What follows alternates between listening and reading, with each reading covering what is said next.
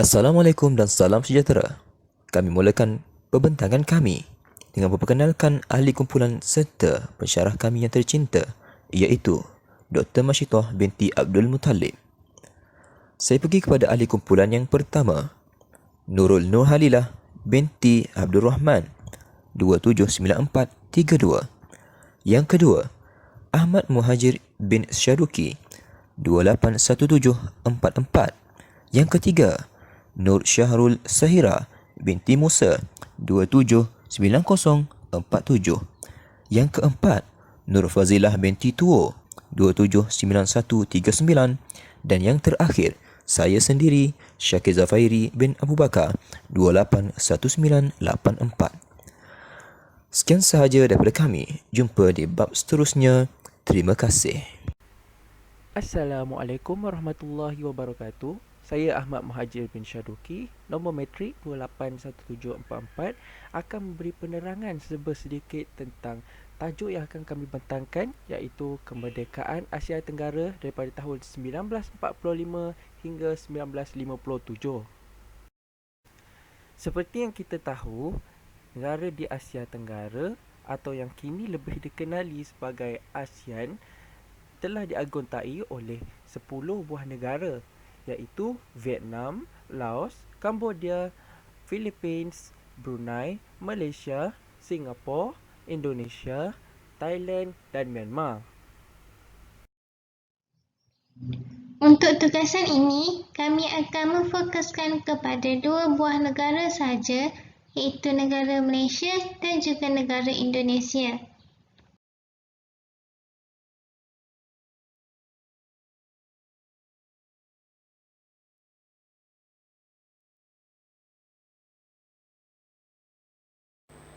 Assalamualaikum dan selamat sejahtera kepada Dr. Masyitah dan rakan-rakan semua. Hari ini kumpulan kami akan bentangkan tentang tajuk kemerdekaan Tenggara Asia dari tahun 1945 hingga tahun 1957. Seperti yang semua tahu, Asia Tenggara terbagi kepada banyak negara, namun kumpulan kami memfokuskan kepada kajian terhadap isu bahasa Melayu di Malaysia dan di Indonesia. Penggunaan bahasa Melayu tidak asing lagi di benua Nusantara ini kerana telah menjadi lingua franca bagi Kepulauan Melayu sejak berabad. Seperti contoh, semasa pemerintahan Melaka, bahasa Melayu telah diguna pakai dalam banyak perkara. Kemerdekaan yang dicapai telah membawa kepada penggunaan bahasa Melayu di Malaysia dan bahasa Indonesia di Indonesia sebagai bahasa kebangsaan untuk kedua-dua negara.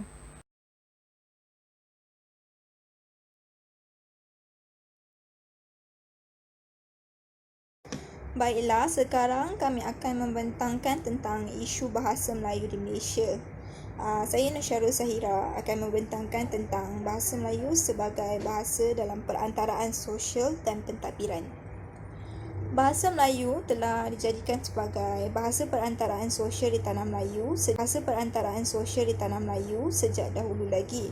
Dan seperti yang semua tahu, bahasa Melayu digunakan dalam kehidupan harian ketika menjalankan aktiviti perdagangan, perhubungan sesama masyarakat dan juga digunakan dalam bidang ilmu. Pedagang asing, diplomat serta pengembara juga menggunakan bahasa Melayu dalam pertuturan mereka. Dan ini dapat dibuktikan apabila muncul daftar kamus dan perkamusan dalam bahasa Melayu yang digunakan untuk tujuan penterjemahan. Dalam tulisan Hanis Izrin Muhammad Hassan, Siti Mahani dan Muhammad Syarifuddin Yusof juga ada menyatakan bahawa bahasa Melayu digunakan sebagai lingua franca dalam perantaraan sosial. Perkara ini dapat dilihat apabila pegawai British yang memerintah tanah Melayu dikehendaki untuk lulus dan mahir bercakap bahasa Melayu untuk memudahkan komunikasi mereka dengan rakyat di tanah Melayu. Oleh itu, jelaslah bahawa bahasa Melayu diguna pakai sebagai bahasa perantaraan sosial oleh penduduk di tanah Melayu. Selain itu, bahasa Melayu juga digunakan dalam pentadbiran dan urusan rasmi. Ini dapat dilihat melalui kiriman surat antara pemimpin Kedah dengan pihak Siam, Inggeris dan Perlis yang merupakan surat maklum balas meminta pandangan dan sebagainya yang dihantar kepada pemerintah negeri tersebut dalam tulisan Jawi. Bahasa Melayu pada ketika itu menggunakan sistem tulisan bahasa Jawi kerana menerima pengaruh daripada ajaran agama Islam yang tersebar secara meluas pada ketika itu. Kiriman surat oleh raja di tanah Melayu mementingkan penggunaan ayat yang teliti dan berhati-hati agar perkataan serta surat itu tidak menguris hati mana-mana pihak bagi menjaga hubungan diplomasi antara negeri. Oleh itu, dapatlah dilihat bahawa bahasa Melayu memainkan peranan penting dalam pentadbiran kerana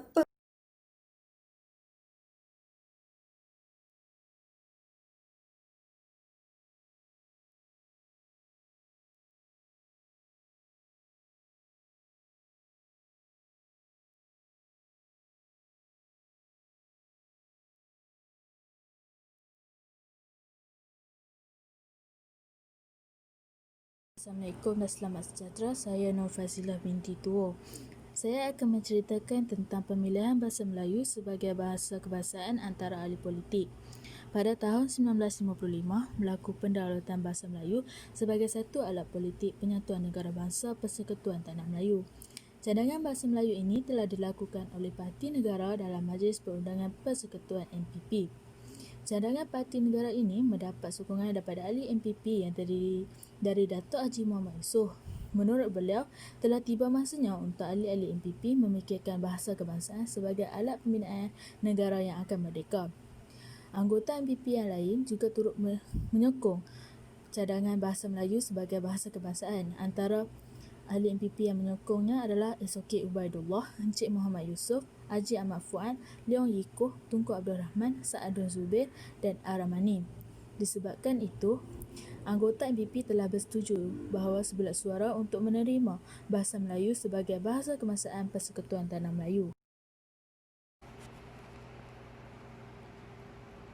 Parti Perikatan telah memenangi pilihan raya umum pada tahun 1955 dan menjadi kerajaan. Parti Perikatan telah mendaulatkan bahasa Melayu sebagai bahasa kebangsaan Persekutuan Tanah Melayu selepas 1957. Perkara ini telah mencetuskan pertelingkahan antara dua parti politik, UMNO dan MCA. Perkara ini mengakibatkan kekecohan dan ketegangan di Parti Perikatan berlaku. Kumpulan MCA mempunyai dua kumpulan yang bertentangan pendapat, di mana kumpulan pertama pro pendaulatan bahasa Melayu sebagai bahasa kebangsaan, manakala kumpulan kedua di MCA hendak menjadikan bahasa Mandarin sebagai bahasa rasmi dan bahasa kebangsaan negara. Dan kumpulan kedua ini telah disokong oleh beberapa persatuan sekolah Cina dan badan bukan kerajaan Cina. Untuk mengatasi masalah ini, Tun Tan Siew Sein telah dilantik untuk menjadi Presiden MCA menggantikan Dr. Lim Chong Yu. Disebabkan oleh itu, Dr. Lim Chong Yu telah menubuhkan sebuah parti baharu dan penubuhan parti ini telah disokong oleh sesetengah ahli kumpulan MCA yang hendak menjadikan bahasa Mandarin sebagai bahasa rasmi dan bahasa kebangsaan negara. Sikap ketidaktegasan Parti Perikatan untuk memutuskan soal bahasa Melayu sebagai bahasa kebangsaan tercatat jelas dalam Testimoni Amanah Politik Perikatan 1956, di mana di dalam peruntukan bahasa Melayu dan bahasa lain telah dicatatkan bahawa bahasa Melayu hendaklah dijadikan bahasa kebangsaan dan bahasa Inggeris pula hendaklah dipakai sebagai bahasa rasmi dalam tempoh 10 tahun. Kelayakan bahasa bagi calon-calon parlimen hendaklah dihapuskan dan di dalam tempoh 10 tahun, seseorang ahli Dewan Undangan yang tidak boleh bertutur dalam bahasa Melayu atau bahasa Inggeris dengan fasihnya adalah berhak bertutur dalam bahasa sendiri dengan syarat bahawa pengerusi perlulah mengetahui bahasa itu serta boleh menyalin pertuturan itu. Namun begitu, peruntukan ini tidak menyenangkan pembangkang Parti Melayu yang terdiri daripada PN, PAS dan Parti Rakyat Malaya. Mereka berpendapat bahawa kelonggaran yang dilakukan ini akan mengakibatkan bahasa Melayu tidak akan dapat memberikan peranan dan peruntukan ini akan mencabar kedaulatan bahasa Melayu.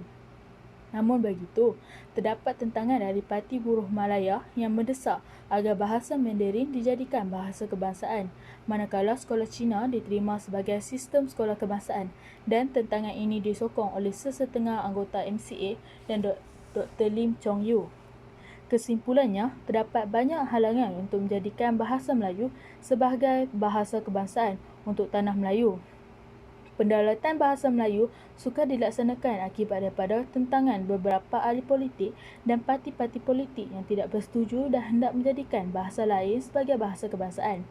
Selain itu, kepercayaan masyarakat dalam kedaulatan dan kemampuan bahasa Melayu ini hanya terjadi apabila lagu kebangsaan berkumandang di radio dan minggu kebangsaan.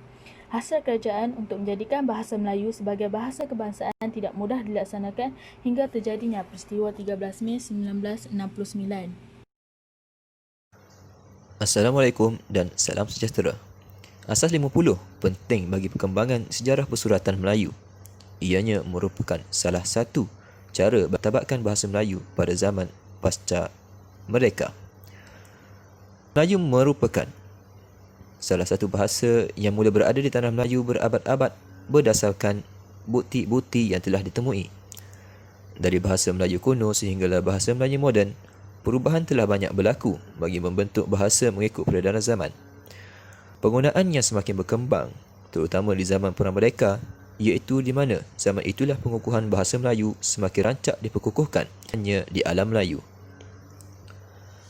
Asas 50 atau nama penuhnya Angkatan Sastera 50 telah ditubuhkan pada 6 Ogos 1950 di Singapura dan didaftarkan pada tahun 1951 yang merupakan pertubuhan yang pertama ditubuhkan terus berurutan kesasteraan dan kebudayaan Melayu.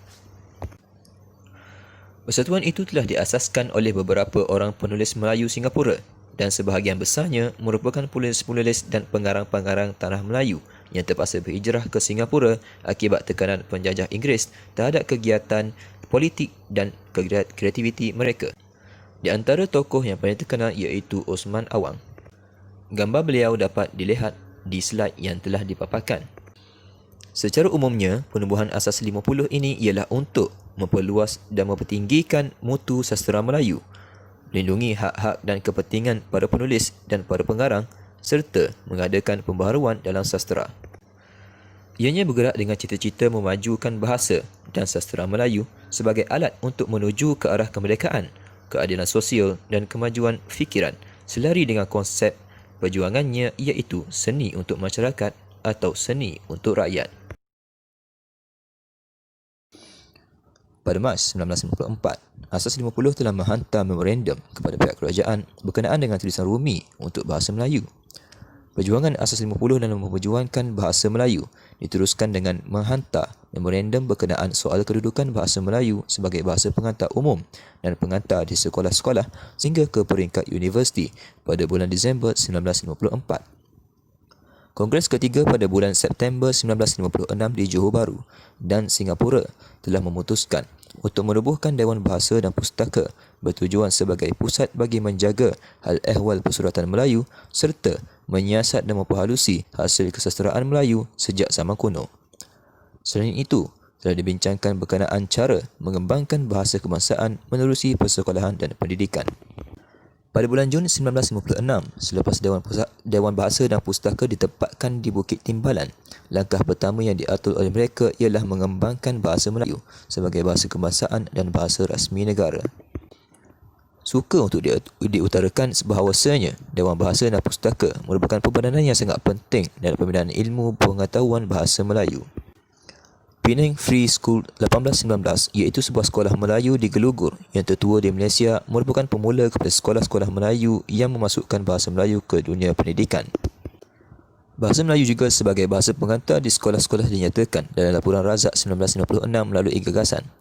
Maka bermula zaman itu, bahasa Melayu mula berkembang penggunaannya dalam kalangan rakyat tanah Melayu hinggalah zaman kini iaitu zaman bahasa Melayu moden.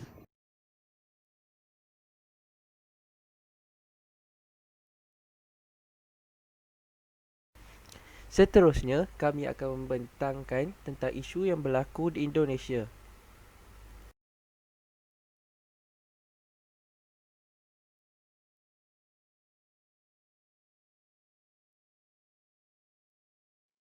Okey, nama saya Nur Nuhaila binti Abdul Rahman. Saya akan menyambung isu bahasa di Indonesia iaitu isu bahasa Melayu selaku bahasa kebangsaan. Bahasa Melayu merupakan bahasa lingua franca dan merupakan bahasa yang terawal digunakan dalam komunikasi dalam aktiviti perdagangan dan sebagainya.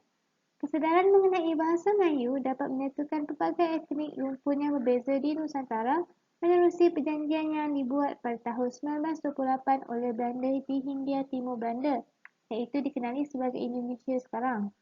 Kongres Pemuda Seluruh Indonesia telah mengadakan Sumpah Pemuda yang menyatakan bahawa bahasa Melayu yang kemudian ditukarkan menjadi bahasa Indonesia menjadi bahasa kesatuan bagi negara Indonesia. Perkara ini dipersetujui berdasarkan kepada cadangan oleh Muhammad Yamini, iaitu salah seorang tokoh berketurunan Minang. Pada tahun 1945, bahasa Indonesia telah dijadikan bahasa negara di dalam Undang-Undang Dasar Republik tersebut. Kesetiaan kepada bahasa menyebabkan seseorang itu sanggup menggunakannya supaya dapat memupuk rasa kesetiaan terhadap bahasa kebangsaan dan mengamalkannya terus-menerus dengan penuh rasa bangga. Walaupun penduduk di negara Indonesia mempunyai pelbagai jenis etnik, tetapi rakyat Indonesia telah sepakat untuk memilih bahasa Melayu menjadi bahasa Indonesia. Walaupun faktanya, sebahagian besar penduduk Indonesia adalah terdiri daripada etnik-etnik yang tinggal di Pulau Jawa sebagai contoh, etnik Jawa, Sunda, Madura dan sebagainya merupakan kaum majoriti dan jauh lebih ramai berbanding etnik Melayu.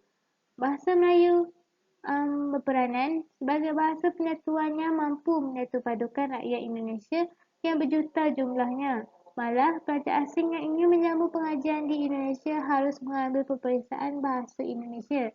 Jelaslah bahawa masyarakat Indonesia amat menitikberatkan penggunaan bahasa Melayu dalam bahasa republiknya.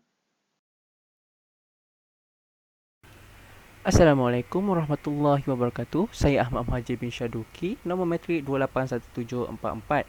Hari ini saya akan membentangkan dan memberi penerangan tentang isu yang kedua daripada negara Indonesia, iaitu kerjasama Malaysia dan Indonesia dalam mendefinisikan bahasa Melayu dan bahasa Indonesia. Pada poin yang pertama, iaitu Kongres Persuratan Melayu Malaya yang kedua, KPMM2.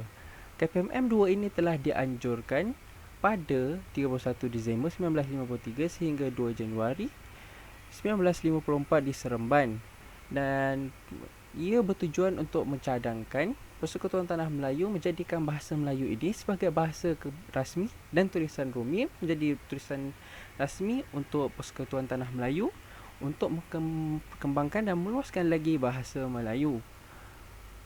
KPMM ini telah tujuan dan strategi yang KPMM buat ini telah mendapat persambutan yang baik sehingga mendapat persetujuan daripada Perdana Menteri Singapura yang mengatakan bahawa bahasa Melayu ini telah diterima sebagai sebuah bahasa kebangsaan di negara tersebut, dan bahasa Melayu ini telah dijadikan bahasa kebangsaan yang boleh dipelajari oleh rakyat Singapura yang bukan Melayu. Bagi seterusnya, bagi poin yang kedua, iaitu rancangan dan keputusan KPMM2 bekerjasama dengan Indonesia. KPMM2 telah menyatakan satu rancangan untuk mengarahkan kumpulan asas 50 supaya berhubung dengan ahli-ahli sastrawan dan bahasawan di Indonesia bagi memerhatikan dan mencari peluang untuk bekerjasama dengan Indonesia dalam hal-hal yang berkaitan dalam bidang bahasa. Kumpulan asas 50 ini telah menulis dan menghantar surat kepada konsulat di Indonesia yang berada di Singapura untuk mengajak mereka untuk bekerjasama dalam bidang bahasa. Dan surat itu telah sampai ke pihak Indonesia dan telah diterbitkan di sebuah majalah, iaitu majalah Medan Bahasa di Jakarta, mengenai strategi atau rancangan daripada surat itu untuk bekerjasama dengan Indonesia, dan rancangan itu telah diterima baik oleh ahli bahasawan dan sastrawan di Indonesia. Kemudian ahli-ahli sastrawan dan bahasawan pihak di Indonesia telah menjemput wakil daripada Malaya untuk menghantar wakil untuk menyertai sebuah kongres kedua bahasa Indonesia yang diadakan pada 28 Oktober sehingga 2 November di Medan, Indonesia. Bagi poin ketiga iaitu Kongres ketiga Bahasa Persuratan Melayu Malaya ketiga yang diadakan. Kongres ketiga Bahasa dan Persuratan Melayu Malaya ketiga yang diadakan di Universiti Malaya di Singapura sebagai tempat pembukaan dan di Istana Besar Johor Bahru sebagai tempat untuk penutupan kongres tersebut telah menjemput beberapa orang bahasawan Indonesia untuk mencari dan membuat satu rumusan tentang definisi bahasa Melayu dan bahasa Indonesia. Mereka ini telah memberikan pendapat dan mendapatkan satu rumusan apakah yang dimaksudkan oleh bahasa Melayu dan apakah yang didefinisikan sebagai bahasa Indonesia. Bagi poin yang keempat iaitu poin yang terakhir, apakah rumusan yang telah diperolehi iaitu rumusan tentang bahasa Melayu dan bahasa Indonesia.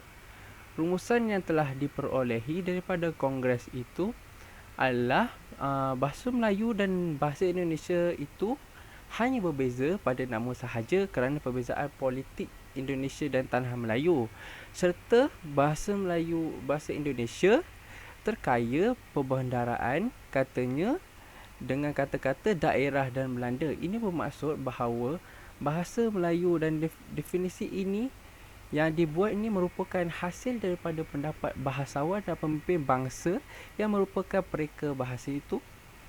Dan sebagai satu contoh, menurut Presiden Soekarno, bahasa Indonesia ialah bahasa persatuan yang pokoknya diambil dari bahasa Melayu. Jadi dapat membezakan bahawa bahasa Indonesia ini tidak lari daripada kedudukannya iaitu pencampurannya daripada bahasa Melayu.